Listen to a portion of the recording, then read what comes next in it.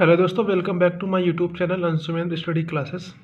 Lecture number 4 है BSc fifth semester mathematics. Chapter का नाम है रीमान मेट्रिक। ये जो चैप्टर है ये आपका टेंसर एनालिसिस वाले बुक के अंतर्गत आता है, जो कि आपका पार्ट 2 होगा पेपर में, BSc third year fifth semester. इसमें लेक्चर नंबर 4 में आपको बताऊँगा रेसिप्रोकल फंडामेंटल टेंसर के बारे में। तो आप हेडिंग में नोट डाउन कीजिए रेसिप्रोकल फंडामेंटल टेंसर। इसके बाद हम इसका प्रॉपर्टी यहाँ पे समझेंगे। उसके बाद मैं आपको बताऊंगा मैग्नीट्यूड ऑफ अ वेक्टर। उसमें dxi अपान में ds जो होता है वो यूनिट कंट्रावेरिएंट वेक्टर है, यही आपको दिखाना होगा मैग्नीट्यूड ऑफ अ वेक्टर वाले में। तो यहाँ पे देखिए, आप हेडिंग में नोट डाउन कीजिए पहले रेसिप्रोकल फंडामेंटल टेंसर। अब ये क्या होता है, इसको कैसे डिफाइन किया जाता है, आइए इसको समझते हैं। तो रेसिप्रोकल फंडामेंटल टेंसर जो है उसको डिफाइन किया गया है g superscript I j equals to cofactor of g subscript I j upon में जी, जहाँ पे जी क्या है, determinant covariant g i J है। तो यही होता है रेसिप्रोकल फंडामेंटल टेंसर। इसको इस प्रकार से डिफाइन किया गया है g superscript I j equals to cofactor of covariant g i j upon में जी। देखिए, मैंने आपको रेसिप्रोकल टेंसर जो है वो जब मैं आपको बेसिक वाला चैप्टर बता रहा था टेंसर अलजेब्रा का, तभी मैंने आपको वहाँ पे एक्सप्लेन कर दिया था कि रेसिप्रोकल टेंसर क्या होता है। यहाँ पर हम देखेंगे reciprocal fundamental tensor ji i जे। यहाँ पे जो जी सुपरस्क्रिप्ट आई जे है वो इक्वल्स टू होगा को फैक्टर ऑफ कोवेरिएंट, या आप कह सकते हैं जी सबस्क्रिप्ट आई जे अपान में जी, जहाँ पे जी क्या है, डिटर्मिनेंट जी आई जे है। यहाँ पे देखिए, जो जी सुपरस्क्रिप्ट आई जे है and G subscript I J are also called, इसे और हम क्या कहते हैं, कॉन्जुगेट टेंसर भी कहते हैं। यानी फंडामेंटल टेंसर के अलावा इसे और क्या कहते हैं, कॉन्जुगेट टेंसर्स भी कहते हैं। ठीक है, अब देखिए इसकी 3 प्रॉपर्टीज़ हैं, आइए इसको समझ लेते हैं।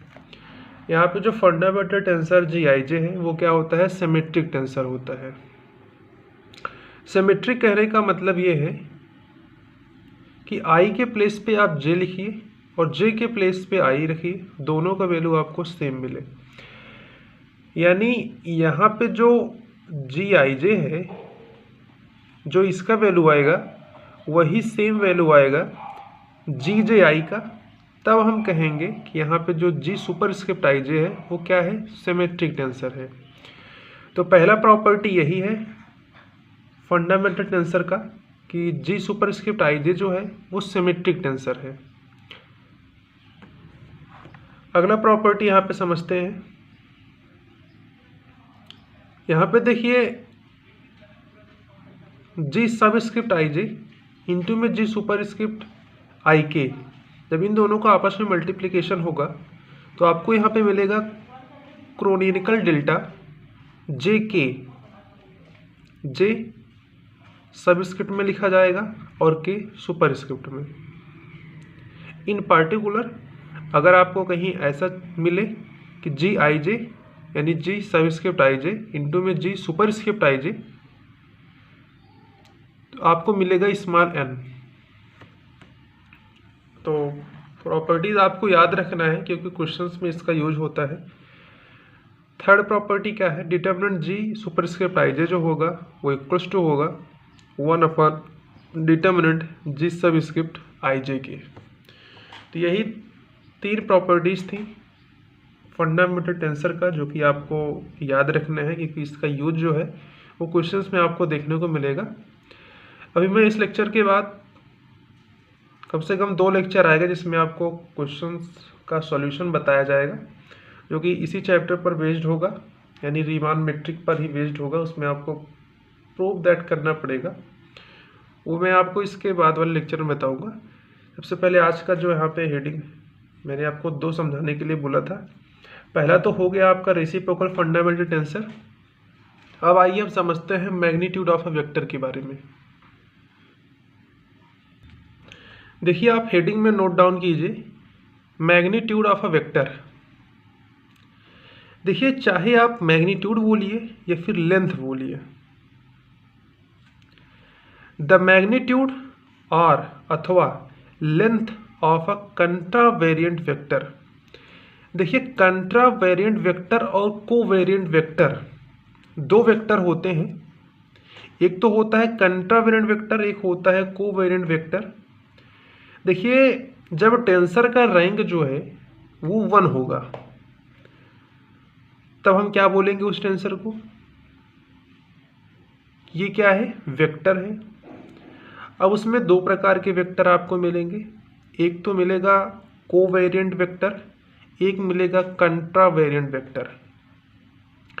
कंट्रावेरिएंट का जो दूसरा नाम है उसको बोलते हैं सुपरस्क्रिप्ट, इसीलिए यहाँ पे जो आई इंडेक्स यूज हुआ है ये सुपरस्क्रिप्ट में लिखा गया है। यू आई को हम बोलेंगे कंट्रावेरिएंट वेक्टर, और इसको डिफाइन कैसे करेंगे,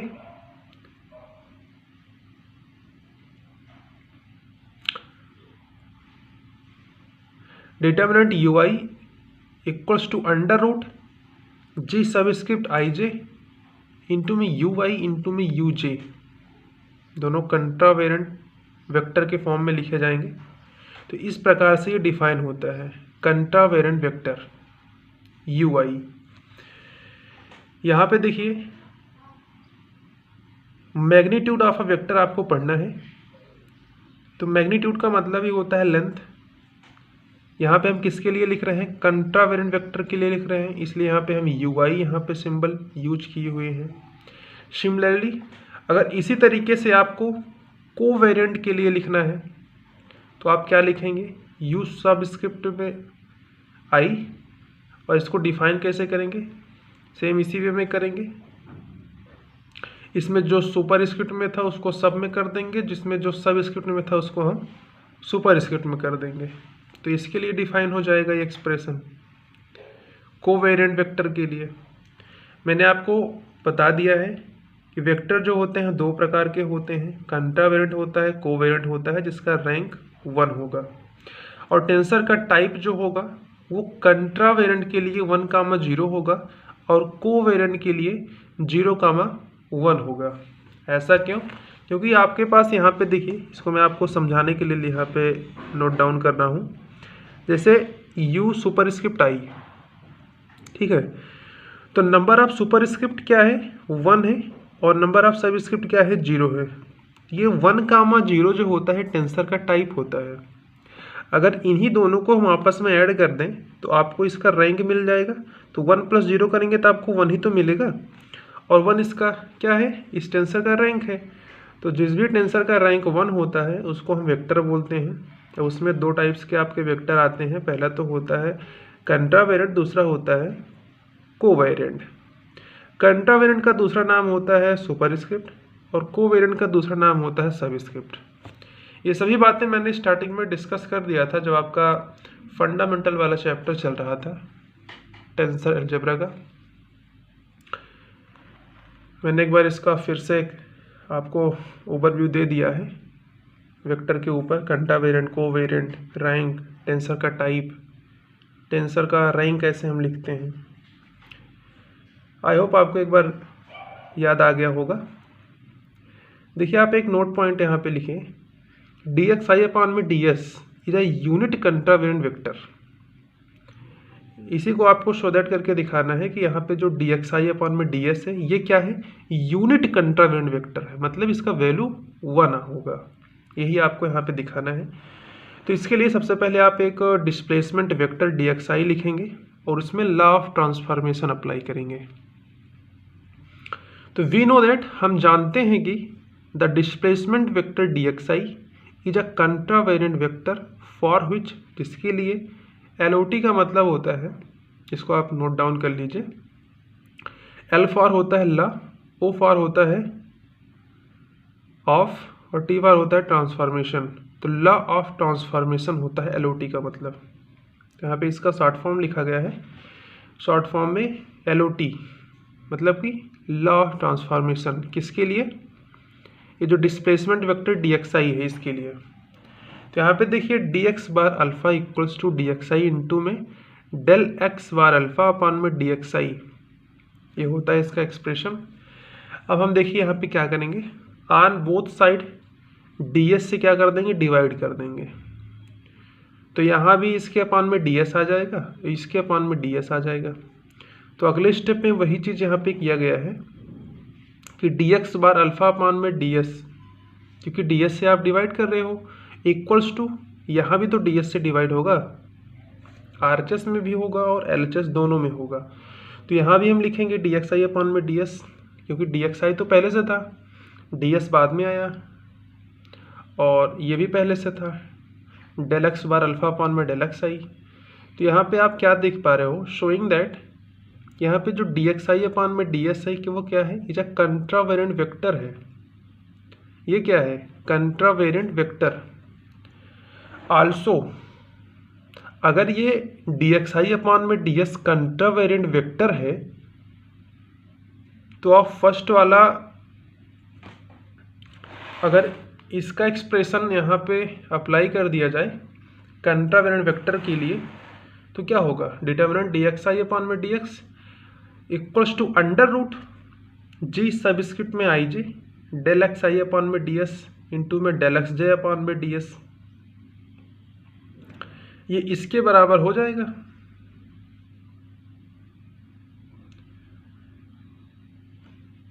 अब देखिए अगले स्टेप में यहाँ पे क्या किया जाएगा। देखिए मैंने आपको बताया था, जब मैं आपको मेट्रिक या लाइन एलिमेंट का डेफिनेशन बताया था, तो वहाँ पे मैंने आपको एक एक्सप्रेशन बताया था जो कि था D S square is equal to G subscript I J D X I into में डी एक्स जे। अगर हम ऑन बोथ साइड क्या कर दें, डी एस स्क्वायर से डिवाइड कर दें, तो ये डी एस स्क्वायर पहले से है, तो डी एस स्क्वायर आएगा तो ये कैंसिल आउट होकर के 1 बचेगा। एक डी एस हम इसके अपान में लिखेंगे, दूसरा वाला डी एस इसके अपान में लिखेंगे। तो G subscript I J D X I upon में डी एस इंटू में डी एक्स जे अपान में डी एस। अब आपने जो determinant D X I upon में D S equals to under root में लिखा था, तो अंडर रूट में जो एक्सप्रेशन है वो चीज़ यही है, आप एक बार मैच कर सकते हैं। इसके प्लेस में हम क्या लिखेंगे, 1 लिखेंगे, तो अंडर रूट 1 लिखा जाएगा अगले स्टेप में, और अंडर रूट 1 में जो होता है वो 1 के बराबर होगा। तो हेंस यहाँ से आप कह सकते हो कि जो डी एक्स आई अपान में डी एस है वो क्या है, यूनिट कंट्रावेरिएंट वेक्टर है। क्या है, यूनिट कंट्रावेरिएंट वेक्टर। तो आई होप आपको रेसिप्रोकल फंडामेंटल टेंसर, उसकी प्रॉपर्टीज और मैग्नीट्यूड ऑफ अ वेक्टर भी समझ में आ गया होगा। तो आज के इस वीडियो को हम यहाँ पे एंड करेंगे। इसके बाद वाला जो वीडियो लेक्चर आएगा उसमें आपको बताया जाएगा, इस पर बेस्ड आपको एग्जाम्पल करवाया जाएगा रीमान मेट्रिक वाले चैप्टर के ऊपर। कम से कम 2 लेक्चर से ज़्यादा ही होगा आपका जो क्वेश्चन वाला सेशन यहाँ पे चलने वाला है। इसमें आपको सारे क्वेश्चंस बता दिए जाएंगे जो कि इंपॉर्टेंट होंगे आपके यूनिवर्सिटीज़ एग्ज़ाम के लिए। वेरी शॉर्ट आंसर टाइप भी क्वेश्चन आपको बताया जाएगा, और जो लॉन्ग आंसर में आते हैं वो भी आपको बताया जाएगा। तब तक के लिए धन्यवाद, पढ़ते रहिए आप। Thank you for watching this video, have a great day.